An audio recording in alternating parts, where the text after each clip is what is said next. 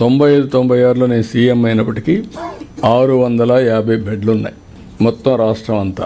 Medical seats 650 ఉన్నాయి. నేను వస్తానే 7 మెడికల్కి ఇచ్చి 750 యాడ్ చేశాం.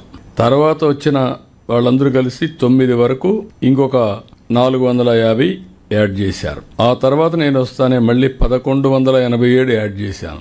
మళ్ళీ 19-20కి 2114 సీట్స్ యాడ్ అయినాయా, వరుస క్యుములేటివ్. అక్కడి నుంచి 300 మాత్రం 19-20 మన పీరియడ్ వచ్చినప్పుడు ఇంకొక 14-19లో 450 సీట్లు యాడ్ అయినాయి.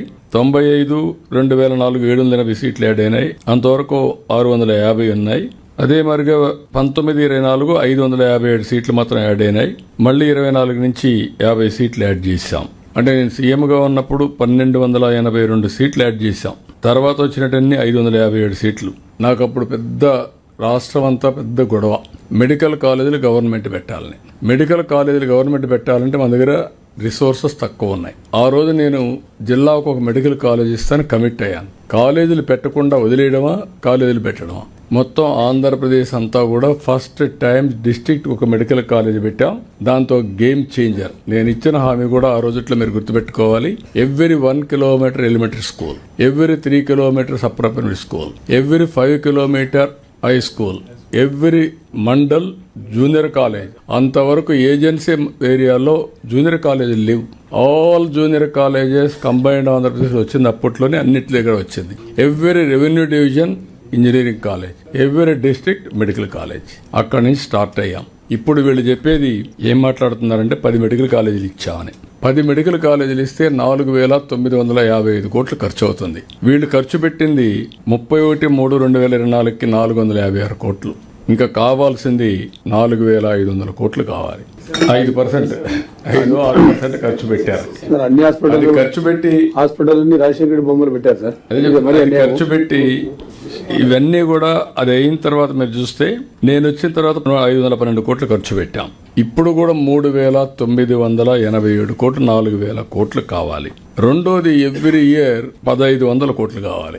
10 కాలేజీలకి 150 కోట్లు చొప్పున 1,500 కోట్లు కావాలి.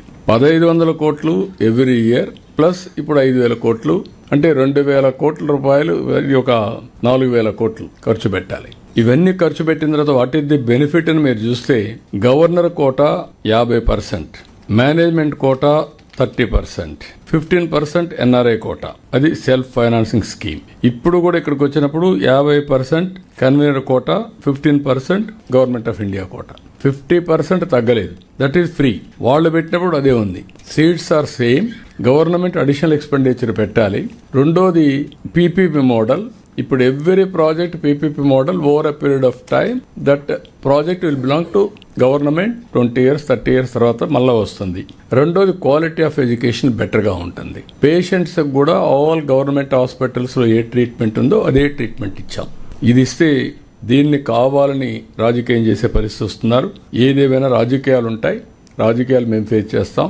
దాన్ని ఎగ్జిక్యూట్ చేసేది మీరు చేయాల్సిందిగా నేను కోరుతున్నా.